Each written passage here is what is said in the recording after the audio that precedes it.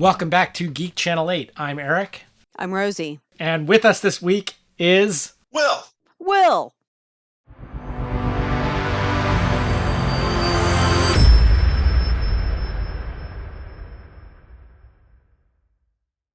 right, so I wish I could give it a name off the top of my head. My favorite thing I've seen recently is this video short. I don't know. It just got posted on one of my homesteading things because it was this guy who summons up a chicken and uses it as a martial arts like combatant, and it was awesome. It was ridiculous and over the top, and we were like, yes. That is exactly how I relate to my chicken. Wait, cockfighting? Oh, no. It starts out, he's holding the chicken, and he's petting the chicken, and there's a bad guy, and the bad guy's like, oh, what are you going to do? And he's like, ha. And he throws the chicken in the air, and it transforms into a human in a chicken costume. And they have a martial arts battle while the chicken mancer, sort of like necromancer, but for chickens, he controls chickens. He sings about how badass his chicken is and how he's going to whip his ass with chickens. I know my chicken. You better know your chicken.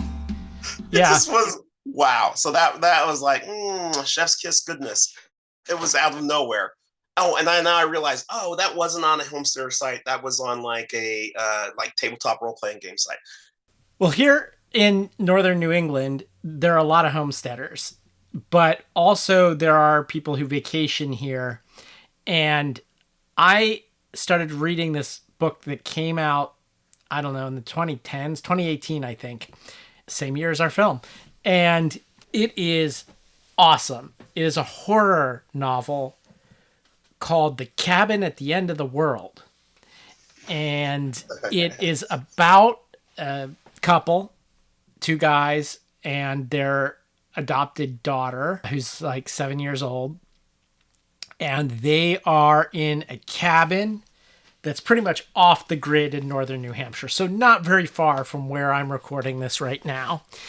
And then one day, some doomsday preppers show up at the cabin and take them hostage and need them to do stuff to help prevent the end of the world. The characters and the writing, it's very believable that there could be people like this, especially in a post QAnon world. Oof. And it's is a total page turner. I'm not finished with it yet, but I'm like tearing through it. I'm only about 50 pages from the end now, maybe 100 pages from the end at the most. Highly recommend. Tremblay is the author, Paul Tremblay. And I guess it was adapted into a film by M. Night Shyamalan, but I haven't seen the film version, so I can't speak to that. But the book is awesome. Well, last night, actually, we watched Charlie Hustle and the Matter of Pete Rose. I just turned it on randomly. It just piqued my interest because sometimes I'll want something to watch. I don't really have my heart set on anything. I just want something to watch that'll pique my interest. And this has been a kind of a staycation type of weekend for me. So, I needed some downtime. So I took it. That piqued my interest because, duh, I'm from Cincinnati. When I was little, we had the Big Red Machine. And so I had to watch it. And it was interesting. I know Pete Rose made some pretty controversial comments about a sexual assault many years ago. And he really blew it off and really it was not a good look for him. They did mention that during the series. Like, it was interesting. It was neat to see old footage of local news and, to hear him say out of his own mouth his own history and how he grew up and life as a Cincinnati Reds baseball player, a very flamboyant one at that. So that's probably one of the most interesting things I've watched recently. His being kept out of the Hall of Fame has nothing to do with the sexual assault thing, right? It's all about the gambling. It's all about the gambling. which is legal now. Like everybody Right? can gamble on baseball. Like It's everywhere, right? Oh So my yeah, God, it's now everywhere. now there's really no reason for them to keep him out, in my opinion. I mean, it's legal. It's like keeping somebody out of the Hall of Fame because they had to quit a sport because they smoked weed. Well, it's legal here. Yeah, at least in Ohio, recreationally and medically. It's legal here in Ohio. So why would we, do that to someone? Did they ever delve into him? I mean, apparently he voted. He bet on the team. Did he ever bet against the team? Did they delve into that? Because that would be like that's really bad. He bet on the Reds when he was managing the team over 50 times. I know Wow. that much. I don't know if it was for or against, but he bet on them like approximately 52 times when he was manager of the Reds. So, I mean, yeah, and so denied it for years until he got old and then he was like, "Okay, well, all right. Yeah, I did it." so that's a little bit dicier, and I know Yeah. baseball has a whole history with the White Sox. Like there was a film that was filmed in Cincinnati called Eight Men Out about that. It was called the Black Sox Scandal, but it was about the White Sox team. Yeah. So, for the year 2018, it was quite an interesting year. Trump was unfortunately president at the time.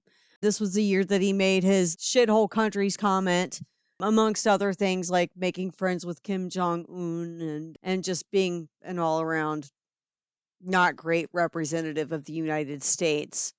This was also the year that we all found out that he allegedly had an affair with Stormy Daniels.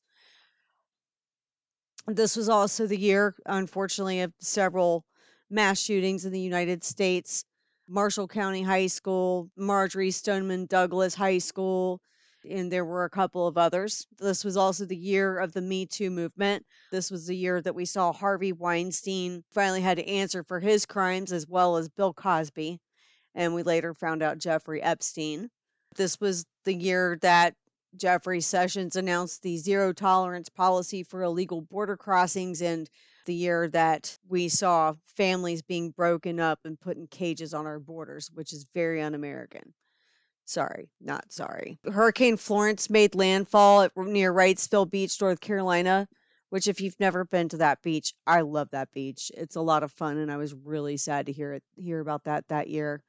Supreme Court nominee Brett Kavanaugh became a member of the Supreme Court even during the year of the Me Too movement, even though he was accused of raping someone, you know. Do you have It any was great. good news from No, 2018? I don't. None. Yeah, it's It's real all bad. womp womp. Well, I wish it was just womp womp womp, but it's more like Right. really worse than that. I don't know what's the worst one. Yeah. Vladimir Putin was reelected as president of Russia for another 6-year term. Oh, and this was also the year that Kim Jong Un basically became a permanent president. Wait a minute. If Putin was reelected to a 6-year term, that means Hmm. that his term should be up this year. Right. He was elected again this This year. year? Hmm. See, they're very good at these elections. They just went very smoothly, and we didn't even notice. Right. See, just It should right be in a there. Banksy's art piece "Girl with a Balloon," which he did in 2006, was sold for $1.4 million. Is that the one that like got shredded as soon as it was purchased? Yes, that was the one that was shredded as soon as it was purchased. Yes, that was the one. I was like, "Go All right, Banksy." now that's good news. That is great news. Did you see that? Um, Well, did you ever see the Yes. video for that? Oh, I love that. The Eagles won the Super Bowl. We also had the 2018 Winter Olympics in Pyeongchang, South Carolina. South Carolina. Yeah, South Korea. I'm doing great. Kendrick Lamar wins a Pulitzer Prize for music that year. Since it was first established in 1943, the award has historically been granted to only classical music and jazz. So that was a really, really big deal. Well, last but not least, the Boston Red Sox won the World Series, defeating the LA Dodgers 5-1 in Game 5 at Dodger Stadium in LA. Baseball and vacationing at cabin in the woods and maybe even chickens are a summer thing. I don't think there's anything more summer than baseball and going to the beach. Yep. So that brings us to this movie.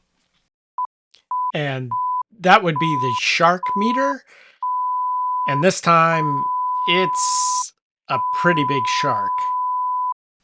The Meg.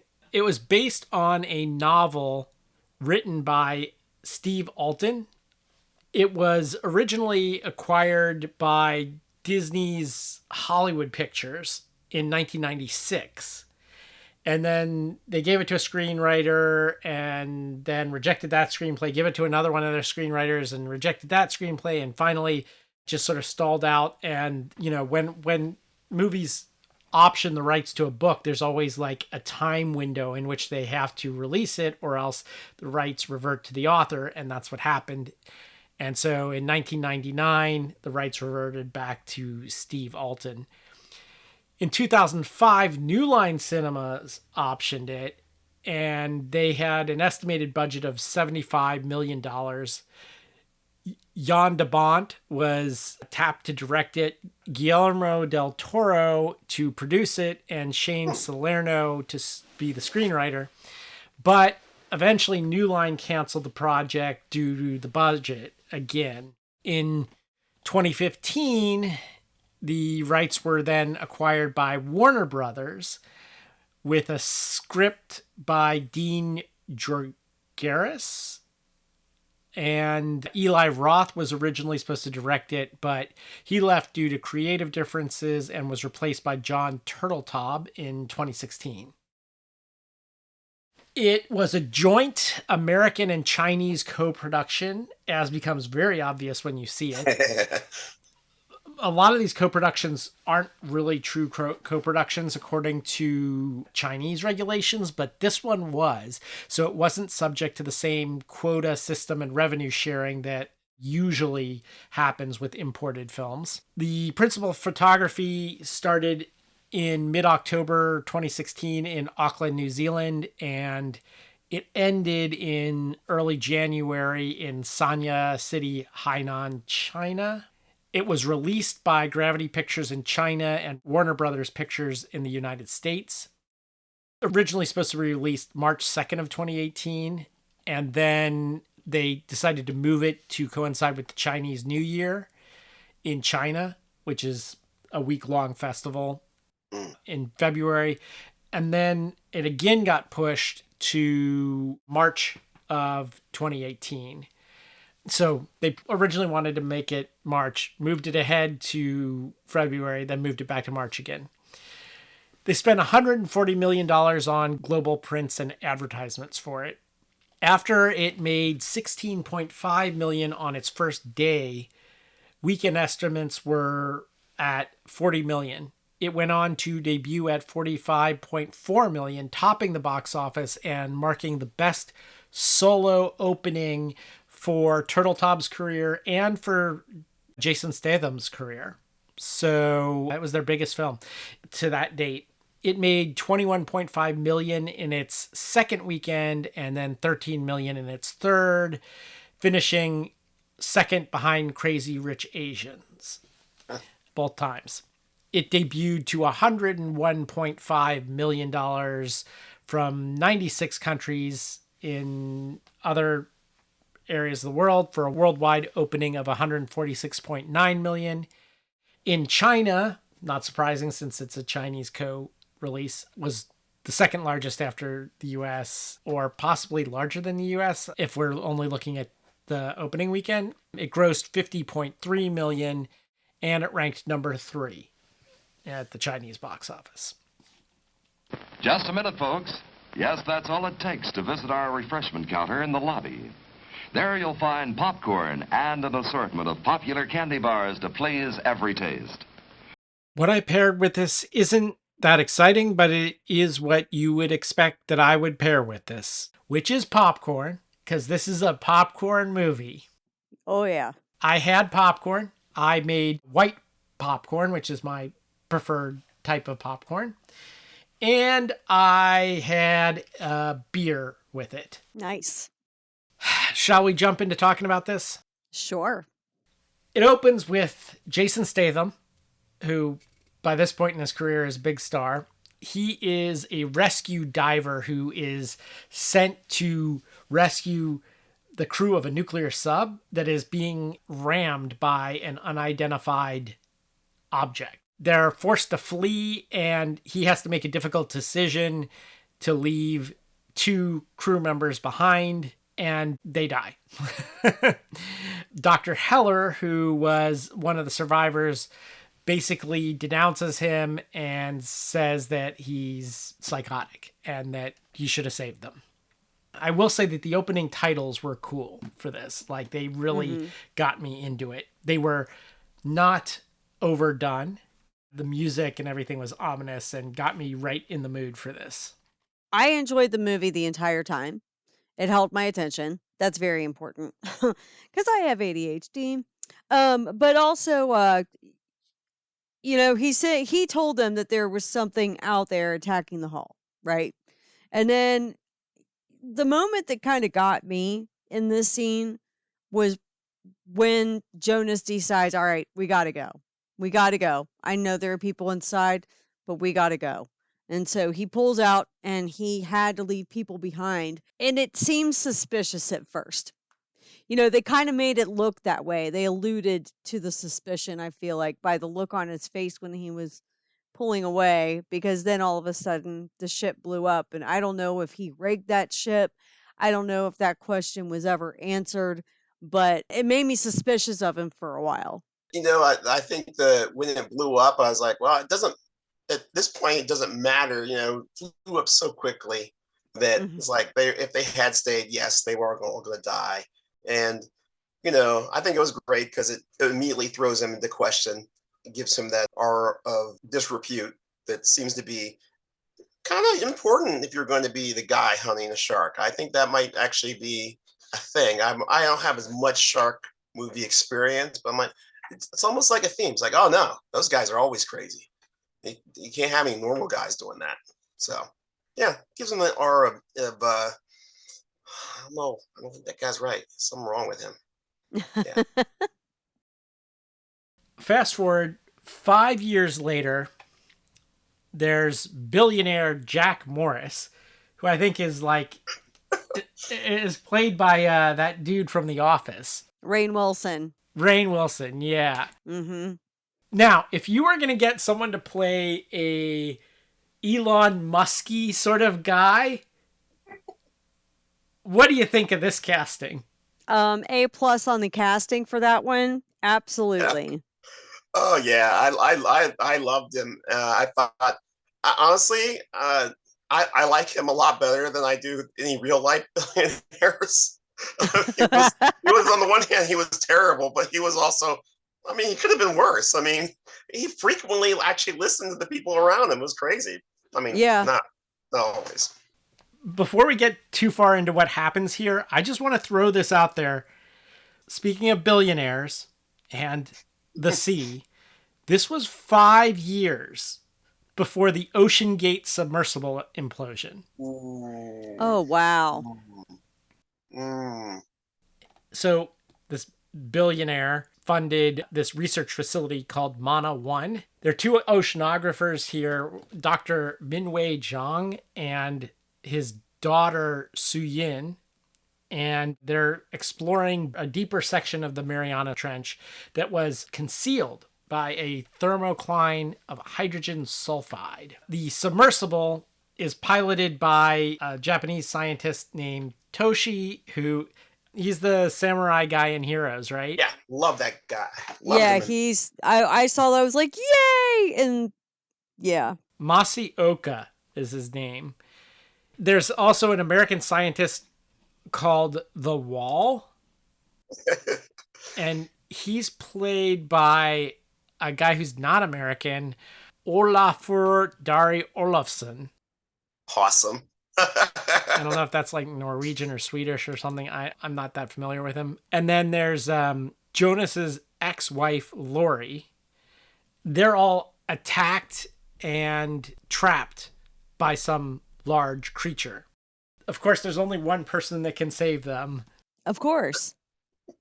Heller, they kept Heller out of the loop on this. Oh yeah, they kept him out of the loop, and they did not tell our dude about him either. There was a lot of back and forth, like, oh, but he's the only one. It's like, no, but I don't trust you. He was crazy, I say. He left all those people behind. Yeah. He left those people. Yeah. So there was a lot of back and forth on that, and there couldn't be anything down there, not that deep, nothing like that could exist. No, not at all. Mac, James McCready's, and Dr. Zhang, they go to Thailand to recruit Jonas, who's like, he's having his like Bond moment. Remember when we watched? Oh yes, definitely. After Vesper Lynn dies, and he's like hanging out somewhere in South Asia, drinking a whole bunch. I think Rambo did that too. That's what I was thinking of. I'm like, oh yeah, that's like, oh, the hero goes, licks his wound in a place where the alcohol's cheap, and it was interesting. I'm like, so he owned a boat there, and as the owner was irresponsible about maintenance. That just was a weird note to me. I'm like, I wonder, that doesn't seem. Well, okay, so that's a thing, but whatever. Like he was too drunk to care or something. I don't know. Yeah. He looks like he was on a years-long bender. Yeah. Yes. Except he was way too fit to have been on a years-long bender. Guys don't have 0% fat content on their body when they've been drinking for 5 years. But I digress. Jason Statham, by the way, competed, in the trials for the Olympics for swimming. So he is definitely in his element here. Mm. Yeah. Because they did give us ladies like one shirtless scene. I have a thing for hot bald guys. What can I say? I'm practically married to one. Anyway. Okay. Well, since all the guys on this Zoom are bald, I think that's okay. You can say that. Yeah, there you go. Hot ball guys for the win.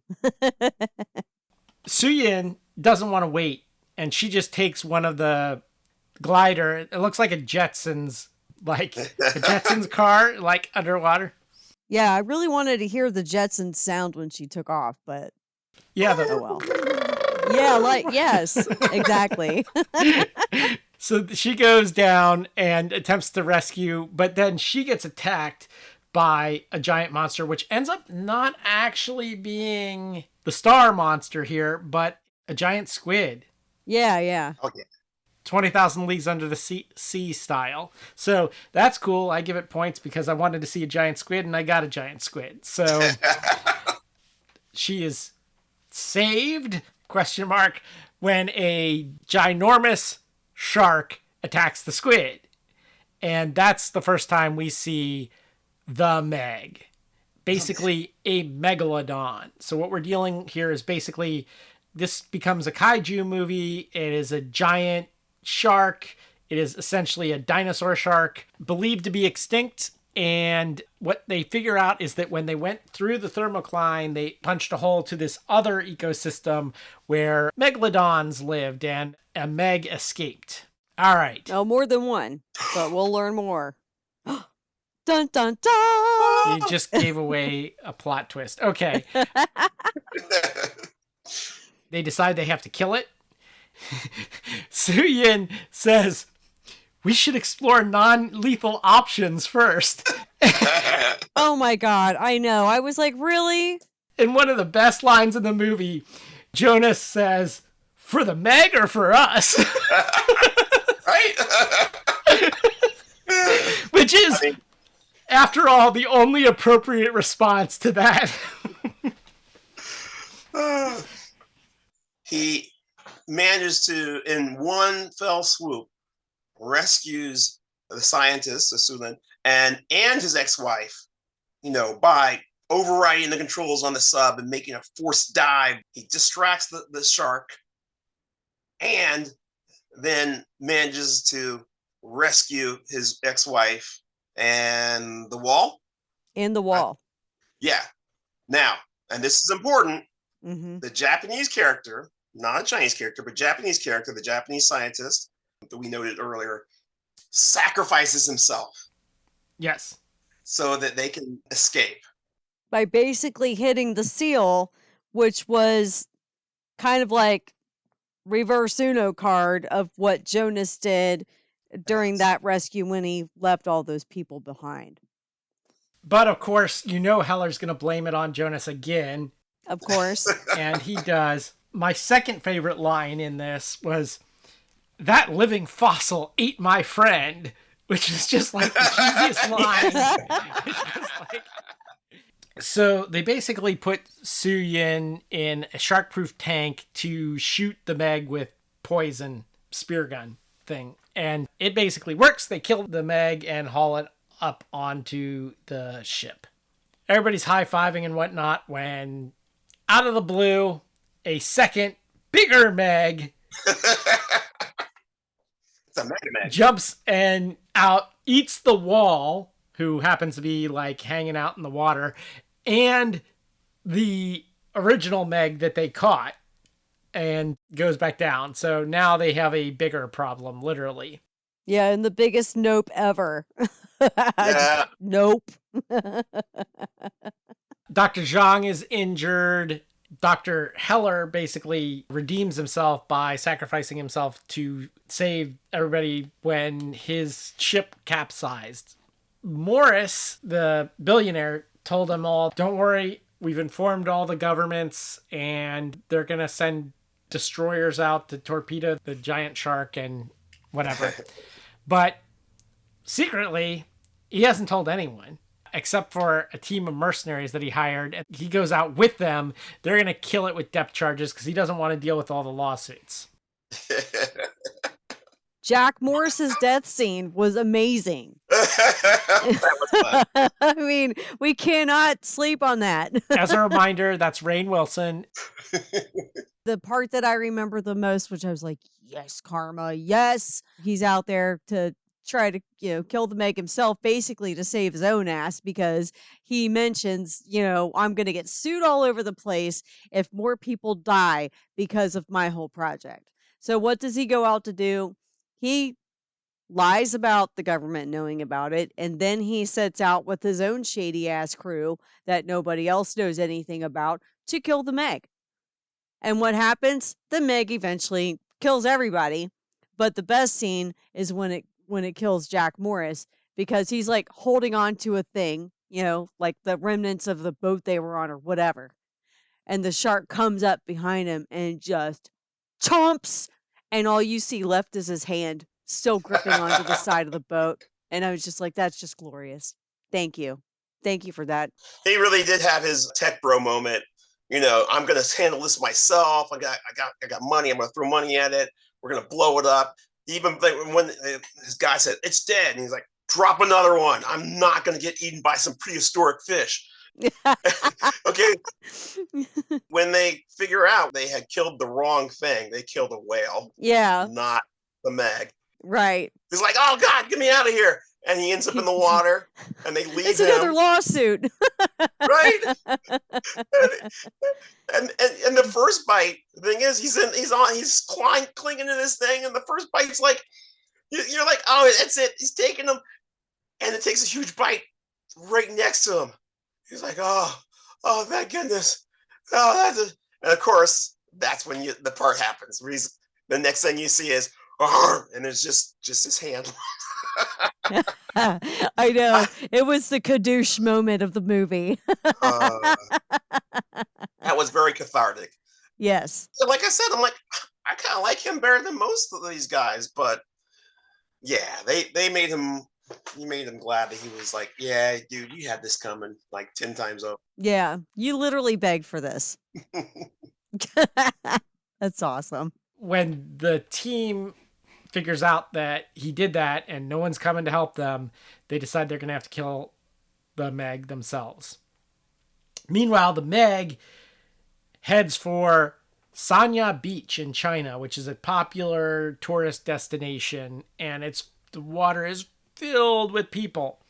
It looks like a bowl of Fruit Loops. Yeah, because they're all on multicolored rings. Yeah. the Meg comes to eat his Fruit Loops, but Jonas is in pursuit with another submersible and manages to stab it in the eye. Then the blood attracts a whole bunch of other sharks who eat it, and he basically reunites with everybody. And that would be the end, although we have the hint that more than one Meg might have escaped. How many Megs are there? I was a little skeptical going in because I was like, how are they going to make it believable that a Meg still exists and we've never seen it? And they actually came up with a pretty good way of doing that. They did the Lost World thing. Yeah. They did the Lost World thing. The Lost World trope is basically there is in the middle of some very remote place like Antarctica or the Amazon jungle or something like that. There's this lost valley, usually with cloud cover that you can't see it, and dinosaurs still exist there or whatever. They did that except on the ocean floor, and it actually kind of works because the thermocline's a real thing. It's theoretically possible. Oh, yeah. Now, I don't know if it's possible that a megalodon or megalodons could survive all the way down there, even if it was climate controlled, because of would there be enough food. But aside from that, the science is sound enough that it's plausible that you can suspend disbelief for that part, or at least I can. I like it for a popcorn movie. I'm like, that's pretty good. Not, don't think about it too hard, but it's pretty good. I mean, honestly, it's better than the Matrix with humans as living batteries. It's better than that. And let's face it, we all enjoyed the hell out of Matrix, despite that very weak point. So why not? I'll tell you what the weak point in this for me is. It's the fact that before we get to Mono 1, that original scene where the nuclear sub is being rammed by something, we later find out that's a Meg. Well, how is that possible unless the nuclear sub itself went through that thermocline and released Megs already? Da da. There would have been Megs for 5 years roaming the seas without any contact with humans or whatever. So that's the one part where it breaks down for me. Unless somehow the nuclear sub got in and out without making a hole in the thermocline, which that just doesn't work either. So one thing they mentioned was the reason why there was a hole in the thermocline was because when the Meg attacked that research vessel later on, it knocked into a thermal vent. And there was a spike, like a column of hot water and gases. Oh, that yeah. formed the column to going up. Because they even say, oh, well, when the glider left, it didn't cause a problem. It didn't cause a change in temperature. Okay, I stand corrected. So the film does not have a plot hole there. That could be possible. Yeah. Yeah, they never really say where the nuclear sub was. And I mean, I'm guessing maybe in the same spot. But who knows? Well, it was in the Mariana Trench, so we can assume that it was the same spot. Yeah. Okay. If this movie were to come onto TV again, I would watch it. I don't sit through movies I don't like, and I like this film. It was entertaining. The plot seemed actually plausible. The graphics were great. I really don't have any problems with the story at all. I expected it to be a lot more flashy Hollywood, typical special effects kind of movie. And it wasn't as much like that as I expected, which I prefer. I don't like it when movies are like, here's the part where we're going to introduce all of the characters, and this is this stereotypical character, and this is this stereotypical character, and this is this one, and this is this one, and here's the character that's going to get killed off within the next 5 minutes. It was nice to walk into a movie not knowing anything about it and being pleasantly surprised. For me, what struck me was the structure of the movie, where even though Jason, his character was definitely the main hero, everybody got to do stuff, and everybody was like, "Oh, thank you!" when they saved each other. I mean, even the billionaire got to do something nice for help pull. I can't remember. She's played by the Ruby Ruby Rose person. Yeah, she played Jax. She's a Badass. I love Okay, her. so I gotta say about that, I literally when I first started watching, I'm like, who is that? And they have a filter on her face or something? She looks like freaking anime character. It's crazy. She really does. So, but I do think that they did the whole thing where they're like the different kinds of characters that were a little more subtle. You definitely have a wisecracking black guy. But he's got these best friends who they're all cool with each other. Everybody gets to make a different sacrifice. Now, I might be reading something into that because I read some essays that indicate that is more what a Chinese audience wants to see. So I might be reading into that more. But even in the end, Jason gets rescued from all the schooling sharks by his love interest, which is super cool. That was awesome. I was actually really surprised because they showed her having like thirst. I was like, wow, okay, so that's cool. I don't know if they would be okay with that. That seems like something thirsty for this white dude, but it all worked out. Everybody seemed to have a good time. I mean, not the people who died. I'm just being like, audience wise. I mean, low key, I felt kind of like, and this is probably again me projecting. It reminded me of a pretty good like role playing adventure, like a one shot, where everybody has these different skills and stuff, can participate and contribute. There is one character who's definitely way elevated over the others, but everybody gets to contribute. And honestly, it's definitely a horror one shot. You never know if you're going to make it out of that. It reminded me a little of The Abyss. The underwater research stuff. Yeah. The crew reminded me sort of The Abyss, which is kind of a riff off of the Space Marines and Aliens anyway, because it was, same director, right? James Cameron. But it had that feel to me. I liked it. I didn't love it, but I liked it. I would watch it again. Probably will watch it again someday. I give it a thumbs up too. Okay. We're going to call this a wrap on the Meg.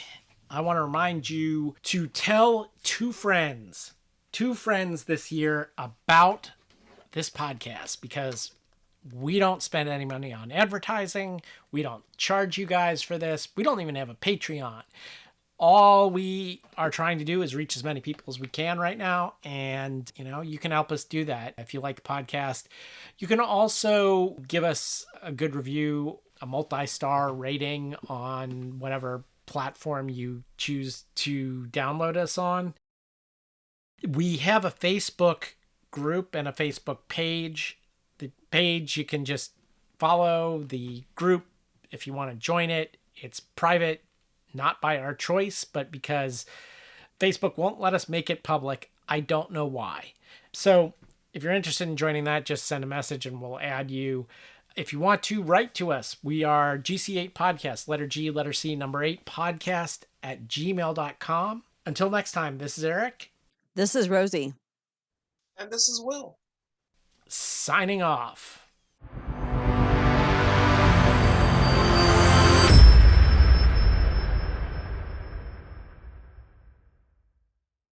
Well, that was fun. Mega fun. I see what you did there. That took a second. I mean, I think I've been very restrained. Yeah, I like him already. You're hired.